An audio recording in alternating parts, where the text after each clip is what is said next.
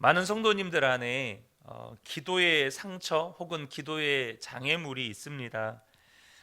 그것은 우리가 하나님 앞에 이렇게 절박하게 기도할 때가 있죠. 이것은 반드시 하나님이 응답해 주셔야 할 정말 긴박하고 중요한 문제라고 생각하고 그렇게 간절히 기도했는데 하나님께서 응답해 주지 않으신, 그러므로 인해서 어떤 기도 응답에 대한 좌절 또 상처가 있어서 기도가 잘 안 되는 성도님들도 많습니다.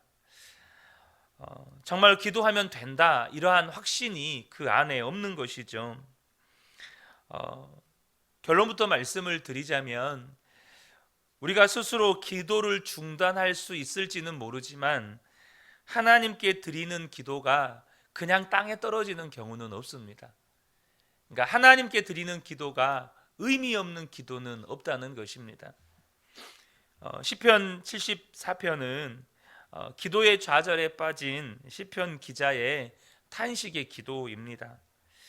이 본문의 배경은요, 이스라엘 백성이 바벨론에 의해서 멸망당할 때 예루살렘 성벽도 다 무너지고 성전도 다 무너지고 또 자기의 백성들이 잔인하게 살육당하고 또 그 중에 일부는 포로로 이렇게 끌려가고 이것을 지켜본 시편 기자의 탄식의 기도입니다.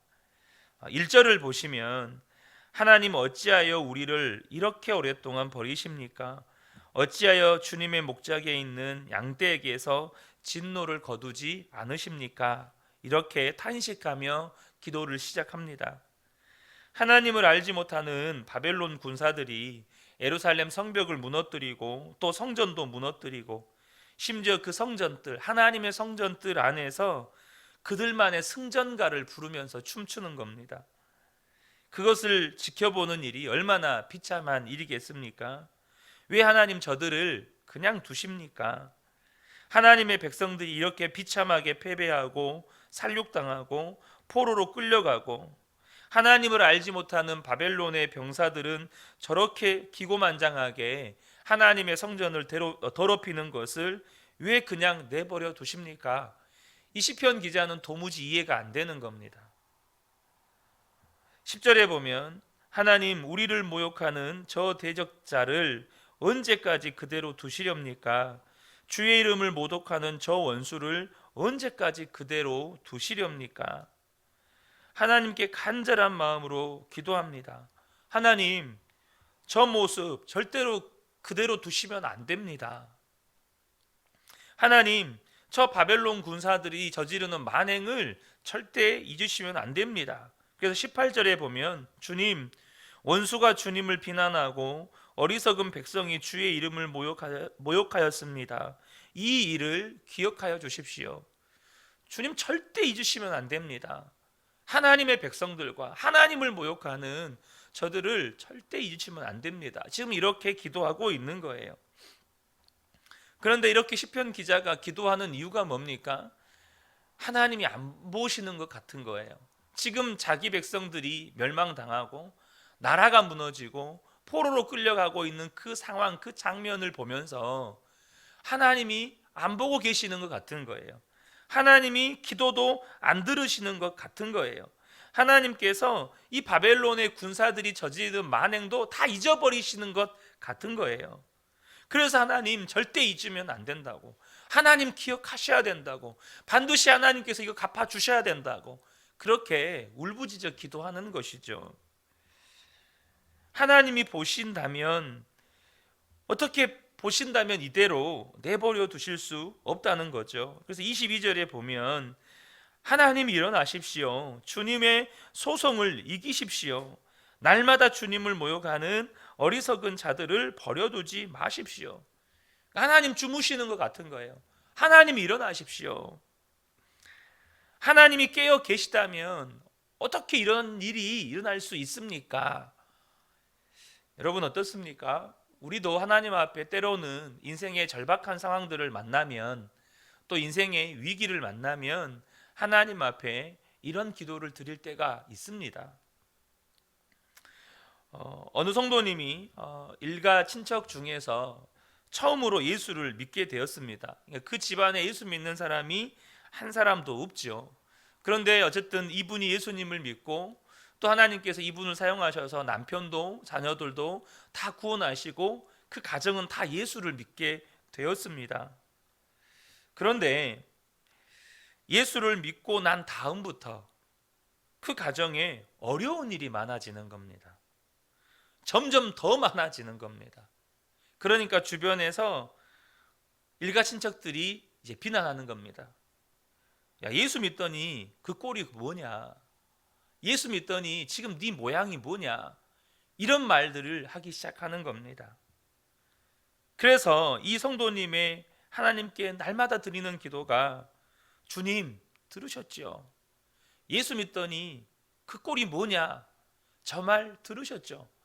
이분이 날마다 하나님 앞에 드리는 기도가 이 기도였다는 거예요. 여러분, 우리가 예수를 믿는데 우리의 인생에 더 어려움이 닥칠 때 많습니다. 예수를 믿는데 도무지 이해 안 되는 일들이 막 닥쳐요. 그리고 기도도 하지만 하나님은 응답도 하지 않으시는 것 같아요. 그냥 하나님은 지켜만 보고 계시고 침묵하시는 것 같아요. 지금 오늘 시편 기자가 이 기도를 하는데요, 하나님이 응답을 안 하십니다. 얼마 동안요? 70년 동안 응답을 안 하십니다. 70년 동안 하나님이 이들을 바벨론 포로로 두세요. 얼마나 답답하겠어요. 여러분, 근데 이 시편 74편의 이 시편 기자의 기도의 분위기가 사실 한국 교회의 기도의 분위기도 있습니다. 무슨 말이냐면 저와 여러분이 한국 교회가요, 한국 전쟁 이후에 북한과 또 남북 통일을 위해서 지금 70년이 넘도록 기도해 오고 있습니다. 그렇죠? 70년이 넘도록 기도해 오고 있어요. 그런데 그 70년 동안 기도했는데 지금 하나님께서 응답하지 않고 계십니다. 사실 저는 어렸을 때 제 모교의 원로 목사님과 또 저희 교회를 섬기셨던 나이 드신 여자 전도사님이 한국 전쟁 때 이렇게 피난 오신 실향민이십니다. 그러니까 제가 어렸을 때부터 그분은 원로 목사님이셨기 때문에 그 목사님을 뵈면 지금도 여전히 기억하는 말투가 북한 말투. 저는 어렸을 때 그걸 잘 모르고 참 목사님 말투 특이하시다 이런 생각을 했었습니다. 그 나이 드신 전도사님도 항상 신방 전도사님이셨는데 집에 신방 오실 때마다 이렇게 예배 인도를 할 때 보면 그 말투가 북한 말투예요. 참 어렸을 때는 그냥 신기하다 이렇게만 생각을 했습니다. 그런데 이 목사님의 평생의 기도 제목이 남북 통일이었습니다. 고향 땅에 돌아가서 하나님께 예배하는 거였습니다. 그런데 그 목사님 돌아가신 지 20년이 지났습니다.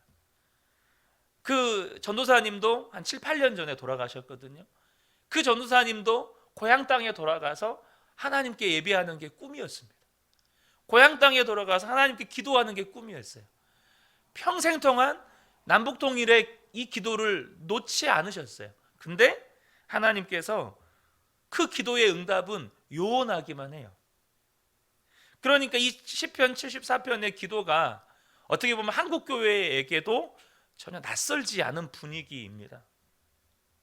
여러분, 하나님께서 정말로 택하신 백성들을 잊어버리신 걸까요? 그래서 하나님 앞에 지금 이 시편 기자의 기도의 고백처럼 하나님 기억하셔야 합니다. 이것이 우리의 기도의 전부일까요? 하나님 앞에 이런 마음으로 기도하는 선지자가 있었습니다. 이사야 선지자였는데요, 이사야 62장 6절에서 7절을 보면 예루살렘이여 내가 너의 성벽 위에 파수꾼을 세우고 그들로 하여금 주야로 계속 잠잠하지 않게 하였느니라.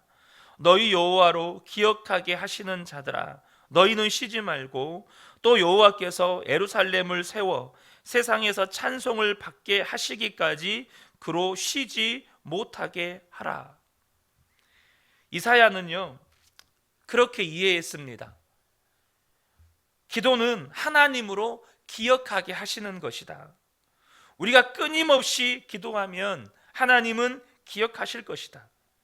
우리가 하나님의 언약의 백성이라는 것, 그리고 하나님이 우리에게 맺으셨던 그 언약들, 저 악한 백성들이 얼마나 끔찍한 일을 저질렀는지 우리가 기도할 때 하나님은 기억하실 것이다. 그리고 다시 우리를 회복시키시고 예루살렘을 세워 세상에서 찬송을 받게 하실 때까지 하나님을 쉬지 못하게 하는 것이 기도다. 그렇게 이해하고 하나님 앞에 엎드려 기도했습니다. 왜 이런 기도를 드릴까요? 상황이 그렇게 암담하다는 것입니다. 그렇게 기도를 해도 그들의 삶에 변화가 없다는 것입니다. 그렇게 기도해도 그들의 삶에 이 고통이 끝나지 않는다는 것이에요. 그러니까 하나님이 정말로 잊으셨나? 하나님이 정말 보지 못하고 계시는 것인가? 그런 처참한 심정으로 하나님 앞에 부르짖고 기도하는 것이죠. 여러분, 근데요, 이 시편 기자의 기도가 응답받습니다요. 언제요? 70년 후에 다시 예루살렘과 성전을 하나님이 회복하십니다. 그런데 응답받기는 받는데 언제 받습니까? 70년이 지나서, 그러니까 이 시편의 기자가 죽고 난 다음에 응답이 됩니다. 그렇게 울부짖으면서 또 하나님께 매달리면서 기도했던 그 사람이 죽고 난 다음에 하나님이 응답하십니다. 자, 우리는 여기서 중요한 사실을 한 가지 발견할 수 있게 됩니다. 자, 70년 후에 이들이 돌아옵니다. 그러면 이 70년 후에 돌아온 사람들은 어떤 사람들일까요? 70년 전에 포로로 끌려갔던 당사자들이 아닙니다. 70년 전에 포로로 끌려갔던 사람들은 대부분 다 죽었습니다. 그러니까 70년 후에 포로로 귀환한 사람들은 3대, 짧게는 2대, 3대 이후의 사람들이라는 거예요. 그러니까 포로로 끌려갔던 사람들의 후손들이라는 것입니다. 여러분, 우리가 뭐 해외 교포 생활을 안 해봤기 때문에 잘 이해는 못하지만, 보통 여러분 해외로 이민을 가서 교포 1세대들은 엄청 고생을 많이 하죠. 그리고 그분들 마음 안에는 늘 고향이 있습니다. 실향민 같은 마음이 있어요. 근데 2대, 3대만 되면 2대는요 그곳에서부터 자랍니다. 태어나서 자라요. 그러니까 고향에 대한 기억이 없습니다. 그들의 고향은 그곳이에요. 3대만 가면요 이제는 그곳에서 주류 사회에 진출하는 사람들이 생겨나기 시작합니다. 그곳에서 완전히 정착을 해버리고 이미 그곳을 자신의 고국, 자신의 나라로 삼고 살아갑니다. 근데 70년이 지난 후에 이 후손들이 돌아옵니다. 고국으로 돌아와요. 여러분, 어떻게 그럴 수가 있을까요? 70년이 지난 다음에, 여러분, 바벨론은요 세계 열강의 중심입니다. 세계 나라의 수도예요. 자기 고향은요, 여러분, 성벽도 다 무너져가지고 끊임없이 주변의 민족들에게 약탈당하는 나라입니다. 나라도 없어요. 성벽도 없습니다. 근데 그곳으로 돌아와요. 이게 무엇을 의미할까요? 이것은 이 시편 74편, 그러니까 예루살렘이 멸망당했을 때 이 시편 기자가 처참한 심정으로 했던 그 기도가 70년 후에도 이스라엘 백성들, 이스라엘의 후손들에게 계승되고 있었다는 겁니다. 기도의 당사자는 죽었지만 기도의 제목은 그대로 이어져서 그 후대 사람들도, 그 후대의 자손들도 여전히 자기 민족의 회복, 여전히 예루살렘의 회복, 여전히 예루살렘 성전의 회복을 위해서 기도하고 있었다는 거예요. 그것을 어떻게 할 수 있습니까? 여러분 잘 아시는 것처럼 다니엘은 바벨론 포로, 첫 초창기 때 포로로 끌려간 사람입니다. 그래서 그는 바벨론과 바사의 총리가 됐다는 거 아시죠? 근데 그 중간에 다리오 왕 때 다니엘이 무슨 일을 겪습니까? 다니엘을 시기한 이 다른 고관들이 다니엘의 흠을 잡으려고 했지만 흠이 없어요. 그 딱 한 가지 흠이 있습니다. 그게 무엇입니까? 예루살렘을 향하여 난 창문을 열고 모든 사람이 다 듣고 모든 사람이 다 보도록 기도하는 겁니다. 평생에 다니엘은 그 기도를 했습니다. 그리고 수대가 지나도록 사람들은 다니엘의 기도를 보고 다니엘의 기도를 듣습니다. 대가 바뀌었지만 시편 74편에 기도한 사람은 죽었지만 그 기도의 제목은 여전히 대를 이어서 이스라엘 백성들의 입술에 머물러 있었습니다.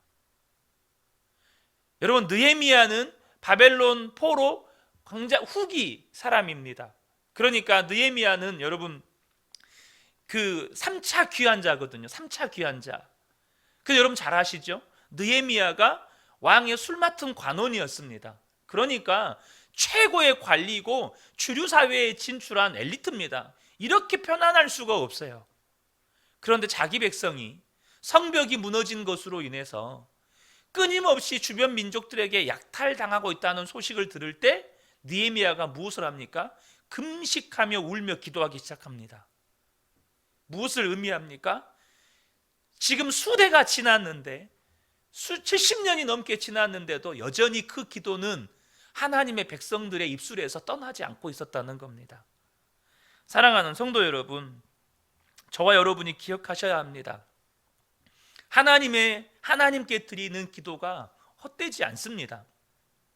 지금 저와 여러분의 기도가 여러분 어쩌면 저와 여러분이 죽은 다음에 하나님이 응답하실 수도 있습니다. 근데 중요한 사실은 뭐냐 하면 하나님께서 그 기도에 응답하시도록 하시기 위해서 지금 무슨 작업을 하고 계시냐면 70년 동안 이스라엘 백성들을 기도 훈련을 시키고 있었던 거예요.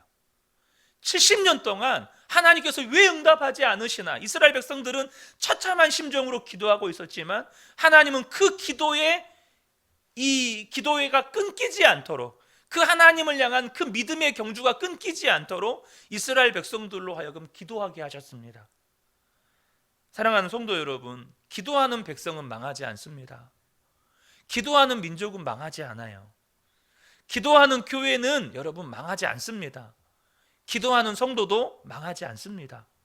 저와 여러분의 기도가, 어떤 분들은 10년, 20년 기도해온 제목도 있으시겠죠. 그런데 여러분, 기도하고 있다면 하나님은 쉬고 계시지 않으십니다.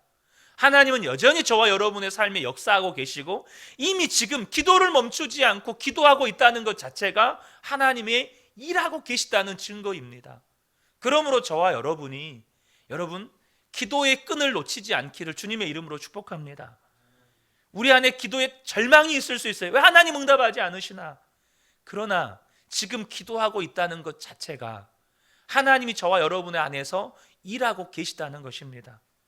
그러므로 저와 여러분이 계속해서 주님 바라보시면서 기도의 끈을 놓치지 않을 때 하나님이 반드시 역사하신다는 거 믿으시고, 저와 여러분을 통해서 이 기도의 역사가 또 다음 세대로 이어지기를 소망하면서 저와 여러분들이 기도의 자리를 지켜가시기를 주님의 이름으로 축복합니다.